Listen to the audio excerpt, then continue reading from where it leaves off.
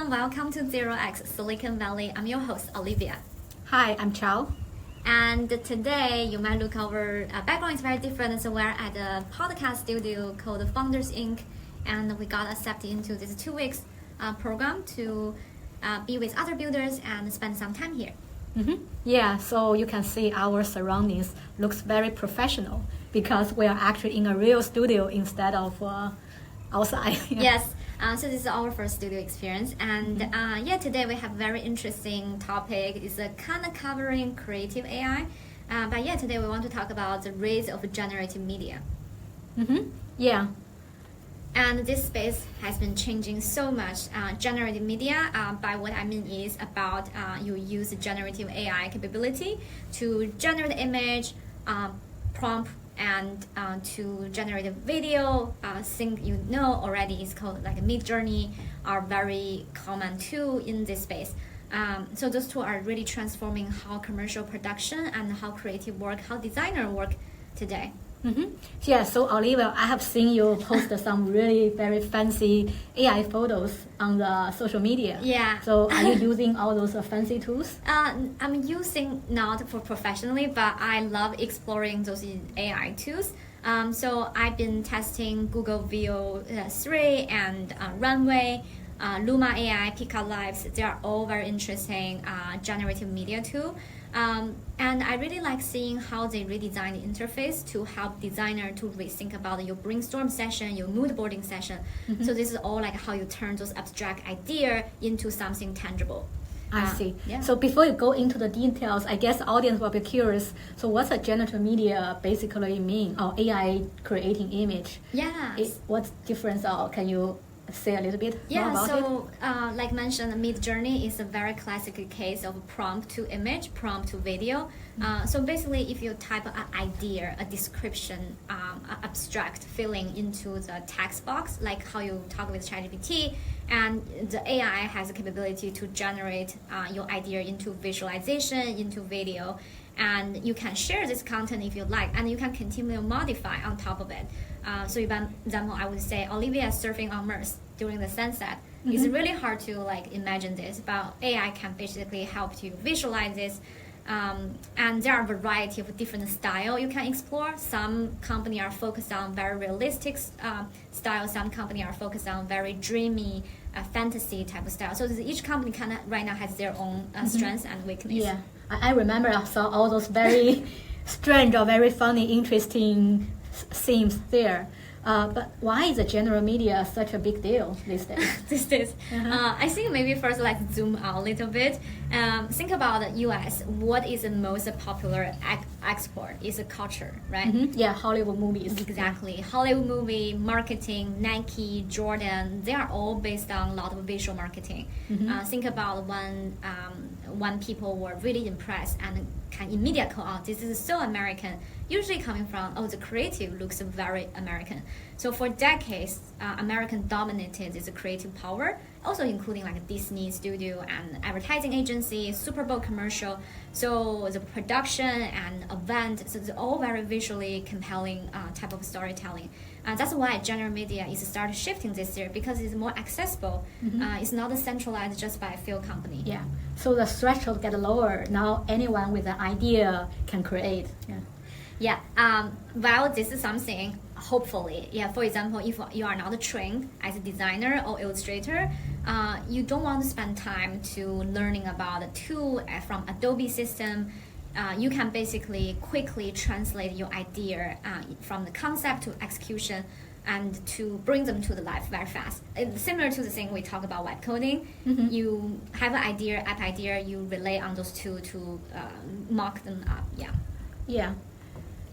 So that's, I think the Figma is that's also, which just IPO'd recently that got people so much attention. Yeah. So that's also part of some AI trend right now, or is that? different? Yeah, I think for Figma use case is such a strong commercial value. You can see immediately how company integrate their AI feature and intersecting with design and can immediately bring those values. So sometimes I remember you ask me, why do you create those video for fun? Yeah, it's really for fun, but for Figma, their AI feature does have strong value.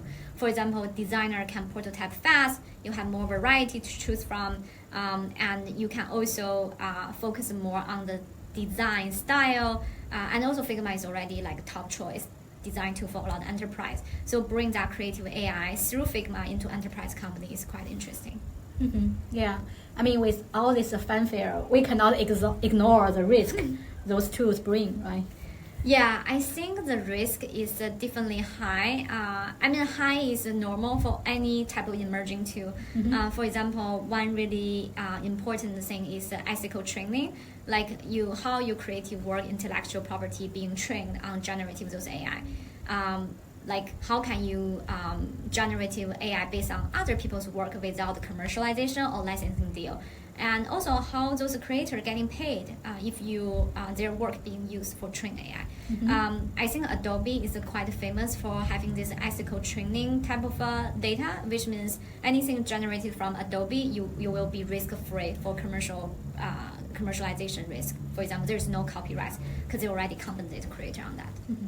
Yeah, I mean, these days AI using the data is so popular. I think I really admire Adobe's spirit that keep paying the content creators. That's very good practice. Okay, so there's a misinformation risk, and now I mean I can see there's a huge risk. Think about the election. I mean, with all those generative video tools, people can easily fake some videos and let us say that some politicians say those things which they never said. So that's really very terrifying, and the regulations haven't catch up yet. Yeah, like I mentioned, right now generative media is getting so good. Like it's really hard to tell, is this a human, is this a synthetic human, which means a generated by media, or is this actually a real photo of a human? Because the realistic and the model is just getting really good. So it's really hard to differentiate, even though for people we are in the AI for years, I sometimes when there's new type of a tool, I would be very surprised. So that's a definitely darker side of AI image. And another thing is more on objectification and those hyper realistic fake deepfake for women. I mean, most platforms have guideline, and they really try to have an ethical training, ethical policy around how do you generate media and image and circulating on internet. Yeah. So okay, let's talk about the next one. About the startup scene. Startup scene. So what's oh, okay, yeah. So if we are still trying to understand, okay, the up and coming startup in the generative media, I would say there are so many niche players here. For example, there is an AI company primarily focused on generating very hyper realistic Instagram influencer like content. Oh wow, so, interesting. Yeah, so they really study all the influencer video, like the camera angle, how they talk to camera, and the pose they usually have, this like selfie camera setup. So everything I saw on their website, I can tell, yeah, they are trying to make the next AI influencer. Okay, so they're basically trying to replace the influencer shoots, take somebody's job. Yeah, I mean, jobs are going to be taken by AI. Everybody's job going to be. Yeah, I think influencer. I mean, the old job are taken over by AI. They're going to create a new job. Yeah, create a new job, 100%. Yeah, I think I read an article about it. Yeah, the old job will be outdated, but don't worry, everybody, there will be new job. So. For influencer, you also have constraint, right? So, for example, if you want an influencer to play tennis, maybe some influencer are not good at tennis. So AI basically can somehow stretch your capability. You can find exactly influencer tab and put them on certain activity you want through the Gen AI capability. Yeah. So actually broaden your horizon or scope. Yes. In a positive note. And I mean, remember we saw there's some of this kind of tools firsthand at the Google AGI House. Yes, I think AGI House did a great job. Had a one day session focused on creator AI. Oh, it's generative and creator. We've been to both of them, but the recent one is the generative media AI. Yeah, so Google VO team, the video generative team, product team, and they were there to presenting a lot of very advanced feature. So like what is possible for you to do text to video gen, very high-end rendering, and everything almost looks like a commercial ready grid. Oh, that's amazing. So can I talk about another one? So have you seen like XAI, the Grok? Yeah. So I mean, on the X account, there's so many videos. Is that also part of this generative AI video? Yeah, okay. yeah. Wow. So another trend, like you identify, because visual things are really easy to get people's attention, especially once you see really interesting video, really interesting image, because people are a visual animal, and the thing can be circulating very, very fast. So go viral very quickly. Viral video, viral image are very easy to access today with generative media. Cool.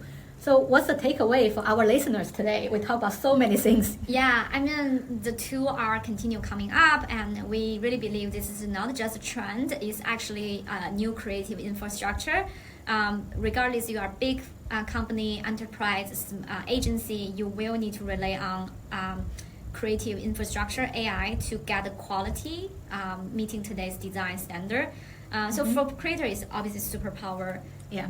And for business, it's getting everything faster and cheaper. Yes, the cost is much more affordable. And I think for society, the most urgent question is how can we properly compensate those ownership and ethic training and trust. Even with the tool, how can we make sure the originality, the guardrail is there to protect human beings? Yeah.